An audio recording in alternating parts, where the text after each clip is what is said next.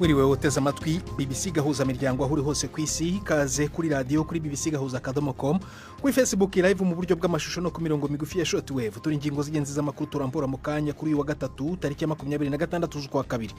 Ubwongereza bwatangaje urutonde rw'ibihano bugiye gufatira guverinoma y'u Rwanda mu gihe hadatewe intambwe igaragara mu byo busaba birimo kuvana ingabo zarwo ku butaka bwa Repubulika ya Demokarasi ya Kongo. Leta y'u Rwanda ngo ntacyo ibi bihano bizahindura.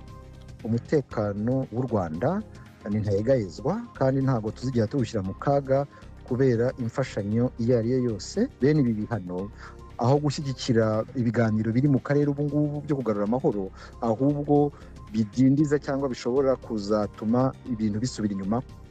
Mu Burundi turaganira na Arthur Banshakiye ko usanzwe azwi cyane mu bijyanye no kwandika amafilime akanakina, ariko ubu ahirutse no kugera mu ruhando rw'umuziki ndetse yashyize hanze urukurikirane rw'indirimbo ze 12 yise Urugendo. Aratubwira byinshi kuri urwo rutonde. Hari n'ikiganiro cy'abagore ndetse n'avugwa mu mikino.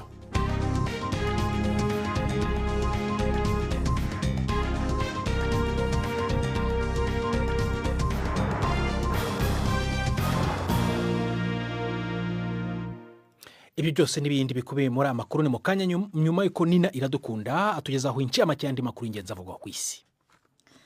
Umukuru w'igihugu ca Ukraine Volodymyr Zelensky yavuze ko Leta Zunze Ubumwe za Amerika ataco zashyikirije ku bijanye n'umutekano wo muri kazoza, naho ivyo bihugu bibiri vyemeje amasezerano y'amabuye y'agaciro ayo Kiev ivuga ko ari ay'intango.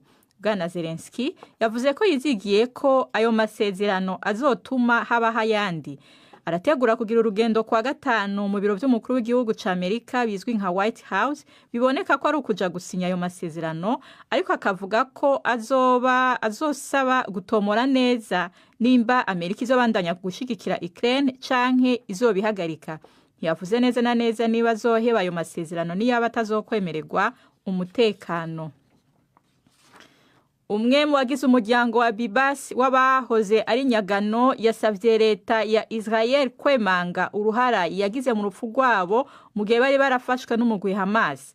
Mu majambo yashikirije ku maziko ya Shiri Bibas n'abahungu biwe babiri batonya, muramukazi wiwe Ofri yavuze ko kiretse ko batari gufatwa, abategetsi ba Israel bari no gushobora kubarokora, ngo ahubwo bahisemo kwihora. Imibiri yabo bayihawe n'abagwanyi b'uwo mugwi mu ndwi iheze. Israel irategekanya kurekura izindi fungwa z'abanyapalestina mu gihe Hamas izotanga imibiri y'abagabo 4 b'abanya Israel. Inama y'abashikiranganje b'ibigega vya leta zo mu bihugu 200 bitunze kurusha ibindi bizwi nka G20 iri kwiraba muri Afrika y'Epfo mu gihe hari imburi zo guhagarara ko gufashanya hagati y'ibihugu. Inyuma yaho umushikiranganje w'ikigega ca leta ya Amerika ashikirije ko atazojayo, abashikiranganje b'ibigega vya leta bo mu bihugu by'Ubuyapani, Ubuhindi na Canada nabo nyene baciye bareka kujayo. Umukuru w'igihugu ca Afrika y'Epfo Cyril Ramaphosa yabwiye abagize urugendo rwo kuja i Cape Town ko ari nkenerwa cyane ko inyungu z'abakene zitoburizwamo n'ivyifuzo by'ibihangange. At this time of heightened geopolitical contestation, a rules-based order. Muri kino gihe hari impaka zikomeye ku nyungu za politiki zishingiye ku karere ibihugu birimo, isi igendera ku mategeko irakenewe cyane kugira ngo ibibazo n'amakimbirane bibonerwe umuti. Amakimbirane hazahoraho, ibibazo bizahoraho, ariko nk'abantu twagiye buri gihe tubona uburyo bwo kubikemura. Ni ngombwa rero cyane ko uburenganzira n'inyungu z'abantu bafite intege nke bitahonyangwa n'abakomeye. Beneath the ambitions of the powerful. Igisata c'ishyirahamwe mpuzamakungu ONU kijejwe imfungurwa ku isi PAM cahagaritse by'igihe gito ibikorwa vyaco mu nkambi ya Zamzam iri mu buraruko bwa Darfur muri Sudani. Inkambi zingamitswe na Kigoyi kubera ubugizi bwa nabi bubandanyije kwiyongera. Ico kigo kivuga ko cakuye abakozi baco mu ndwi zibiri ziheze. PAM yari yaramaze guhagarika ibikorwa vyayo mu ntango z'uku kwezi, inyuma yaho ibisasu by'umugwi Rapid Support Forces vyatumye haza abantu bandi benshi bahungira muri iyo kambi isanzwe irimwo abantu bababa igice c'umuriyoni. Umushikiranganje w'imigenderanire n'amakungu wa leta y'igisirikare yabwiye BBC ko atamuti wa politike witezwe kuri iyo ntambara, asaba ko RSF shira hasi ibigwanisho. Yavuze ko intambara zishobora kubandanya gushika mu kwezi kw'abayisilamu ko kwisonzesha kuzwi nk'ukwezi kwa Ramazan. Iyi mwumva ni BBC gahuza miryango. Mu gihugu ca Rumania Culin Georgescu, umukandida yaje imbere mu gice ca mbere c'amatora y'umukuru w'igihugu yabaye mu kwezi kwa 11 guheze, yatawe muri yompi n'igipolisi ku mabwirizwa y'ibiro vy'umushikirizamanza mukuru wa Republika. Ingingo ya za sentare zo muri Rumania yo gufuta ivyavuye mu matora yaranegwa n'icegera c'umukuru w'igihugu ca Amerika JD Vance. Inkuru ya Nick Top mwumva mwijwi rya Jean-Claude Mwambutsa. Hari hashize ibyumweru Romania yumvikanamo ibihuha byinshi birebana na Culin Georgescu nyuma yaho icyiciro cya mbere cy'amatora y'umukuru w'igihugu yatsinze gisheshwe, benshi bibazaga niba azemererwa kwiyamamaza mu yandi matora yimuriwe mu kwezi kwa gatanu. Ifatwa rye uyu munsi mu gitondo ryabaye igikorwa kidasanzwe. Yafatiwe mu modoka mu muhanda rwagati ajyanwa n'igipolisi guhatwa ibibazo. Kugeza ubu ntacyo ubushinjacyaha buratangaza ku bijyanye n'ibyo akurikiranyweho byatumye afatwa. Kuba ubutegetsi bwa Donald Trump bwaragaragaje ko bumushyigikiye byatumye iki kibazo cye gifata intera mpuzamahanga. Umutegetsi umukuru wo mu Rwanda James Kabarebe aherutse gufatirwa ibihano na leta zunze ubumwe za Amerika kubera uruhare yagirizwa kugira mu ntambara mu buseruko bwa Kongo, aragabisha ko ibihano mpuzamakungu bishobora gutuma utwigoro two kuronka amahoro kudatera imbere. Kabarebe yahoze ari umukuru w'ingabo yavuze ko u Rwanda rutazokwitabira ibiganiro ivyo ari byo vyose niba Republika ya Demokarasi ya Kongo ibandanyije gusabira ibihano Kigali. Kuwa kabiri Ubwongereza bwahagaritse imfashanyo bwahora buha u Rwanda bivugwa ko bushigikiye abagwanyi b'umugwi wa M23, ivyo u Rwanda ruhakana. Frida urakoze Nina Iradukunda kuri aya makuru ya BBC.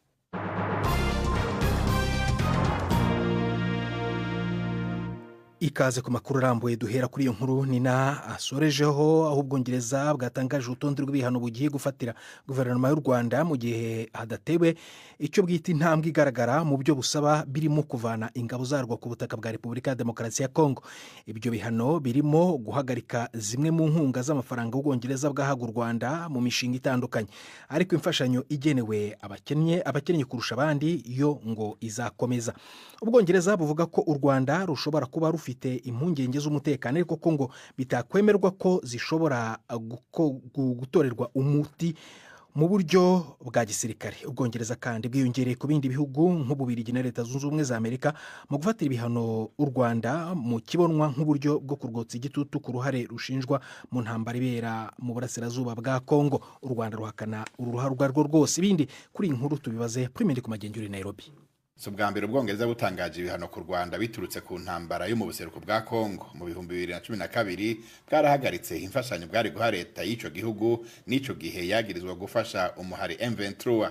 Mu ngingo zaraye zimenyeshejwe mu itangazo rya leta y'Ubwongereza harimo kugabanya ibikorwa byo kwamamaza ivy'urudandazwa Ubwongereza bwakorana n'u Rwanda.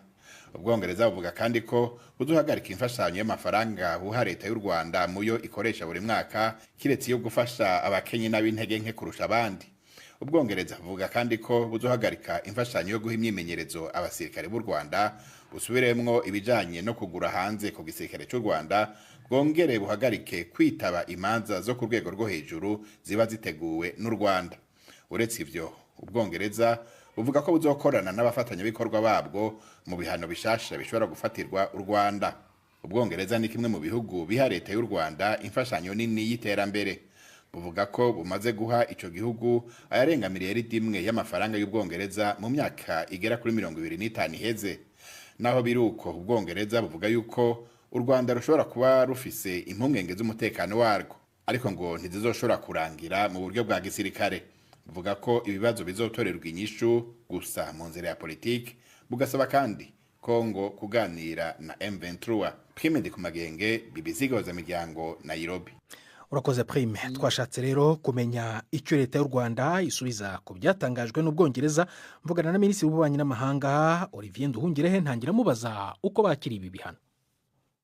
Twabyakiriye uko babitangaje, tukaba tubona ari bibabaje kubera ko bigaragaza ko guverinoma y'Ubwongereza yafashe uruhande ikaba ishyigikiye guverinoma ya Kongo, kandi hari byinshi igomba kubazwa bijyanye no kutubahiriza inshingano n'amasezerano leta ya Kongo yagiye ishyiraho umukono. Rero tukaba twabyakira nk'uko babitangaje. Uko byagenda kose, umutekano w'u Rwanda ni ntayegayezwa, kandi ntabwo tuzigera tuwushyira mu kaga kubera imfashanyo iyo ari yo yose. Hano rero hakaba hari ikibazo cy'uko bene ibi bihano aho gushyigikira ibiganiro biri mu karere ubu ngubu byo kugarura amahoro, ahubwo bidindiza cyangwa bishobora kuzatuma ibintu bisubira inyuma, kuko biha ingufu guverinoma ya Kongo kugira ngo yishyire mu bikorwa inshingano zayo mu rwego rw'ibi biganiro turimo. Kuba leta y'Ubwongereza ishinja ku buryo bweruye idaciye inyuma ingabo z'u Rwanda kuba ziri ku butaka bwa Repubulika ya Demokarasi ya Kongo, kandi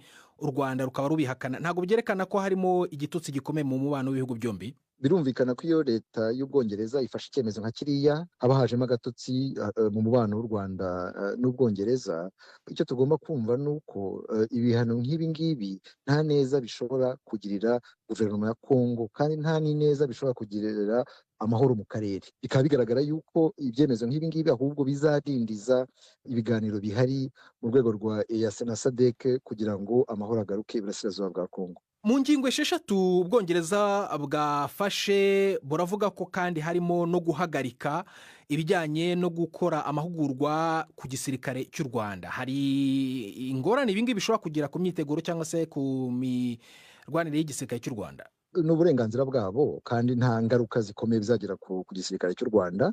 Uko byagenda kose, u Rwanda ari igihugu cyigenga, nubwo dufite inkunga y'amahanga, dufitanye ubufatanye n'ibihugu by'amahanga, ntabwo iyi nkunga y'amahanga izakoreshwa mu gushaka kutubuza kurengera umutekano w'igihugu. Ibyo ngibyo ntabwo bizashoboka, kuko Ubwongereza bufite uburenganzira bwo kurengera umutekano w'Ubwongereza, n'u Rwanda narwo rufite ubwo burenganzira. Rero ntabwo iyi nkunga izagerwa igikangisho kugira ngo ntidukomeze kuzuza inshingano zacu zo kurengera abaturage b'u Rwanda. Hagiye gukurikiraho ikirero nyuma y'ibi byatangajwe n'Ubwongereza? Twebwe turi mu biganiro bya EAC na SADC kugira ngo tugarure umutekano mu karere k'iburasirazuba bwa Kongo. Ejo bundi hari inama y'abagaba bakuru b'ingabo kugira ngo baganire ku byerekeye guhagarika imirwano no ku byerekeye ibikorwa by'ubutabazi. Abaminisitiri b'ububanyi n'amahanga n'abaminisitiri b'ingabo b'iyi miryango yombi ya EAC na SADC bazahura ejo bundi kugira ngo batange umurongo ku biganiro bya politike, kandi nk'uko mubyibuka hari abahuza bandi bashyizweho. Rero turi mu nzira nziza y'ibiganiro, niyo amahanga agomba kubahiriza. Ibi biganiro si ubwa mbere bibaye, nubwo wenda hahindutse abahuza, ariko byabaye inshuro nyinshi, ariko kandi bikagenda bizamba. Mufite icyizere cy'iko kuri iyi nshuro bishobora gutanga umusaruro wo kugarura amahoro n'ituze mu karere? Nibyo koko byagiye bizamba, kandi kubera impamvu imwe gusa, nuko guverinoma ya Kongo yanze ibintu bibiri. Icya mbere, guhagarika imirwano, kuko Perezida Tshisekedi agifite mu mutwe we ko agomba guhiruka ubutegetsi bwo mu Rwanda.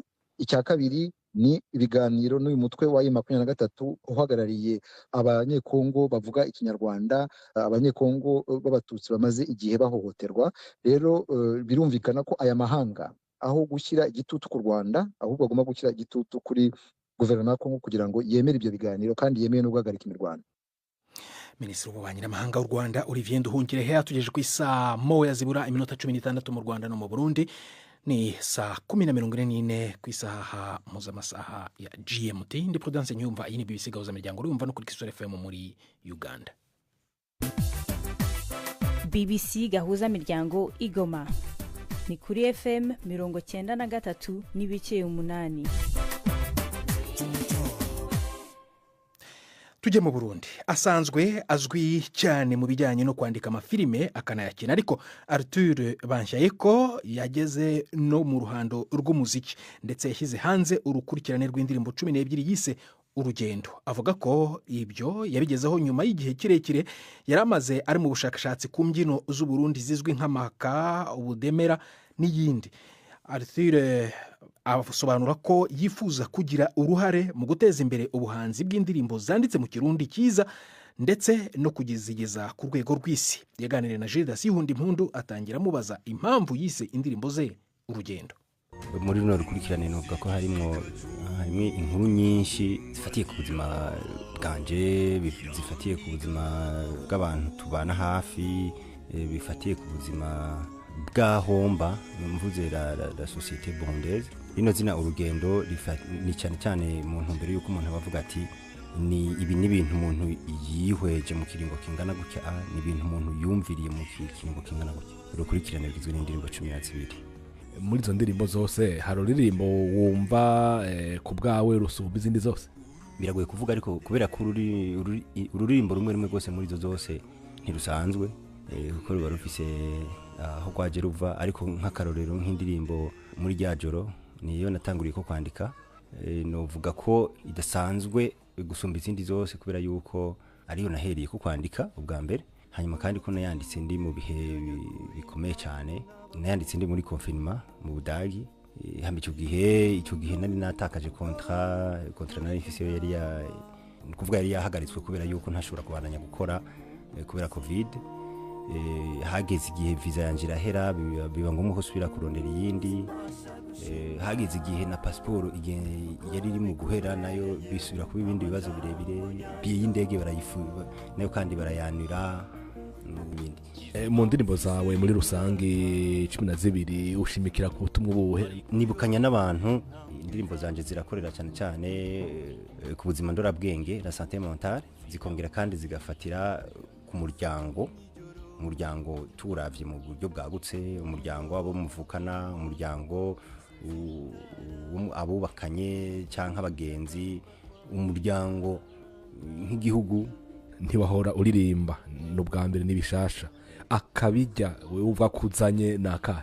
Ubwa mbere na mbere akabirya nzanyemwo nuko nkeneye ko abarundi bumviriza umuziki wanditse mu rurimi rwiza. Ubwa mbere simvuze ngo uno munsi umuziki wanditse mu rurimi rwiza ntuhari, urahari. Mugaba akabirya nzanye nuko ndavye muri no myaka turimwo imiziki myinshi iri kwirasohoka irafise imvugo ikoresha itandukanye n'imvugo je ndiko ndakoresha. Ego Arthur, wifuza gushika hehe muri kazoza muri kino gisata? Nifuza ko nobona naterereye bimwe bifadika mu gufasha umuziki w'u Burundi gushikama, kandi uno muziki tukaba dushobora kugenda tukawuvuza mu bindi bihugu. Harakoze Arthur waganiraga na Gildas Yihundimpundu, akaba tugejeje ku kiganiro cy'imikino na Yves Bucyana.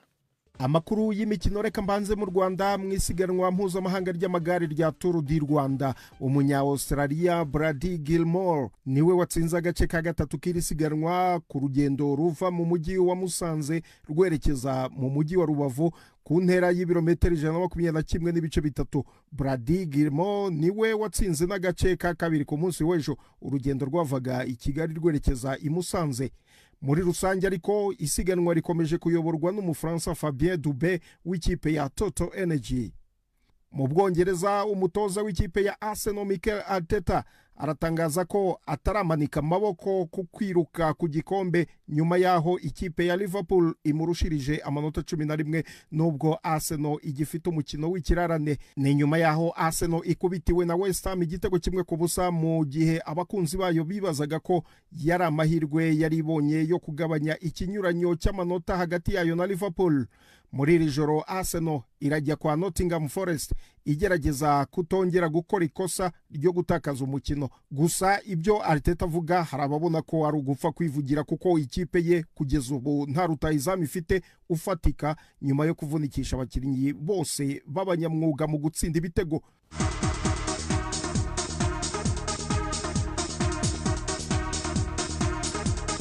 Mu yindi mikino Liverpool irakira Anfield ikipe ya Newcastle United. Umukinnyi Alex McAllister wa Liverpool wari waragize akabazo mu maso mu mpera z'icyumweru ubwo bakinaga na Manchester City ashobora kuza kugaruka mu kibuga.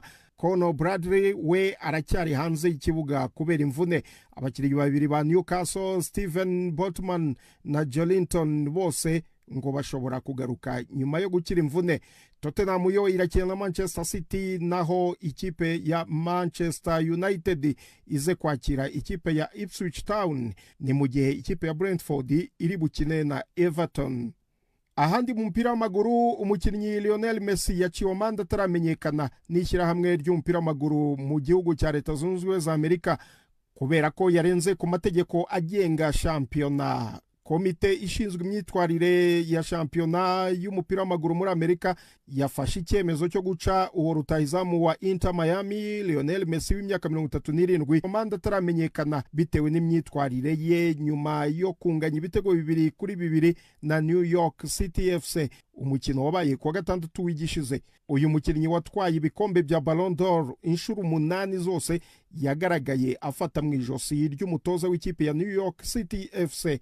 Mugenzi we Luis Suarez nawe yaciwe amande kubera ikosa nk'iryo ngiryo ryo gufata umukinnyi mugenzi we mu ijosi ubwo amakipe yaragiye mu kiruhuko. Aha niho nsoreje ay'imikino nabahitiyemo uyu munsi. Gendi Yves Bucyana. Urakoze Yves Bucyana korera amakuru y'imikino. Mu kiganiro nacyo kuri wa kane twabateguriye. None se mama, ubwo Chris mumenyanye ryari koko? Hari imyaka 3 irashira muziranye. Yaje se adasanga yemereye neza hari ikibazo wari ufite? Yego yaje asanga ndamahoro meze neza rope. Ariko igihe yazi yahise ahindura byinshi mu buzima bwanjye ku buryo rwose numva ntare nimvisha ibyambayeho. Nta byakubayeho bidasanzwe byatuma wicisha agahinda n'amaganya mama. Ni ukuri ubu uramutse upfushije umwana cyangwa umubyeyi ntago warira ngo uhore. Ni 12:45 kuri BBC. Noneho tujye mu mwanya w'ikiganiro cy'abagore uyu munsi mugezwaho na Siriyake Muhawe nayo.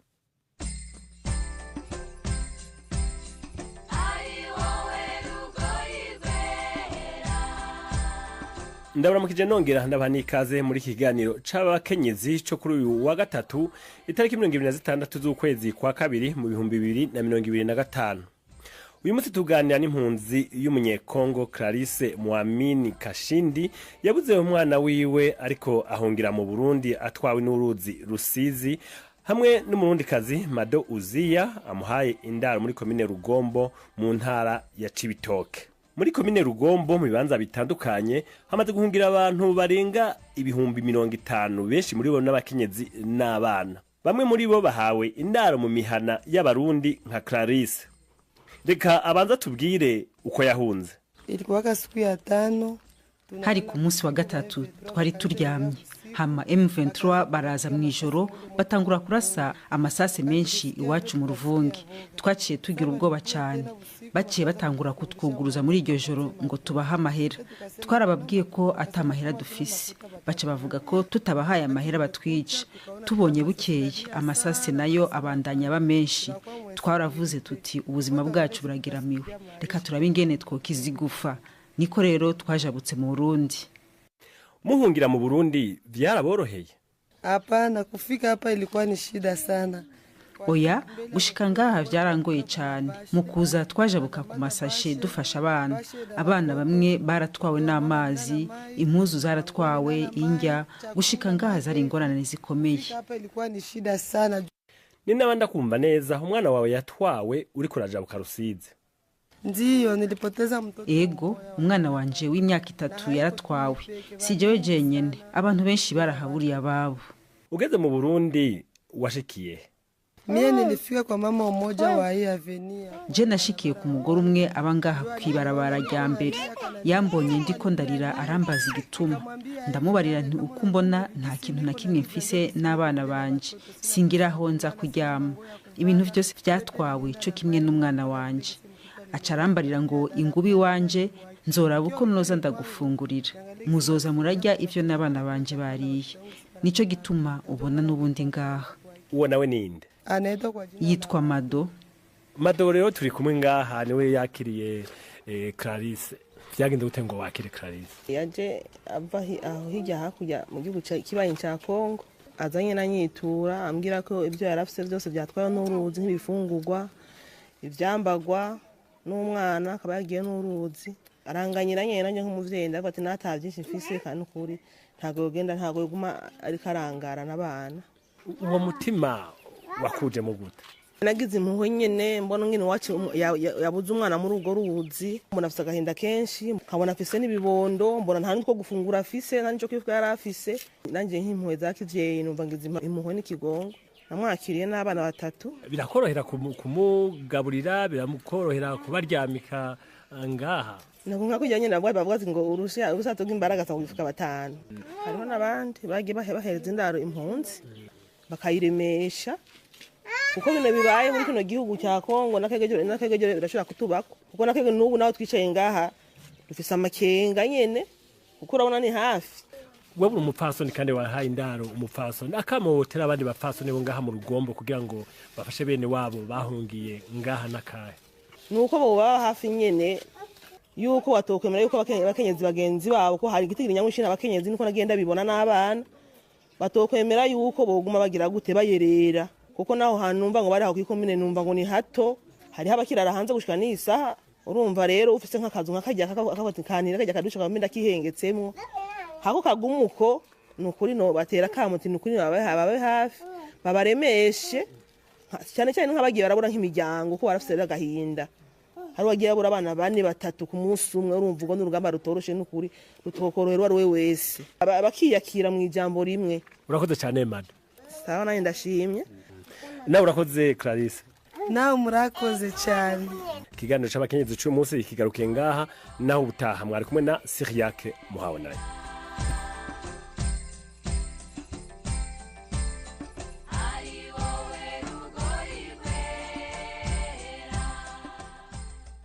urakoze nawe Cyriaque Muhabonaye nabo bakenyezi mwaganiraga ni namwe mudusoreje ibiganiro byacu byo kuri uyu wa gatatu gusa mbere kuva muri studio nakubwira ko Ubwongereza bwatangaje urutonde rw'ibihano bugiye gufatira guverinoma y'u Rwanda mu gihe hadatewe icyo bwita intambwe igaragara mu byo busaba birimo no kuvana ingabo zarwo ku butaka bwa Repubulika ya Demokarasi ya Kongo. Leta y'u Rwanda yo ihakana ibyo birego. Aya makuru ushobora kongera kuyasanga kuri bbc-gahuza.com cyangwa se kuri Facebook mu buryo bw'amashusho ujye mwishakira ukandika BBC Gahuza. Twafashijwe na Susan Lennon kugira ngo amajwi yakugeraho ameze neza. Jennifer Prudence Ngyumva akoze guhitamo BBC Gahuza miryango uraraharyana.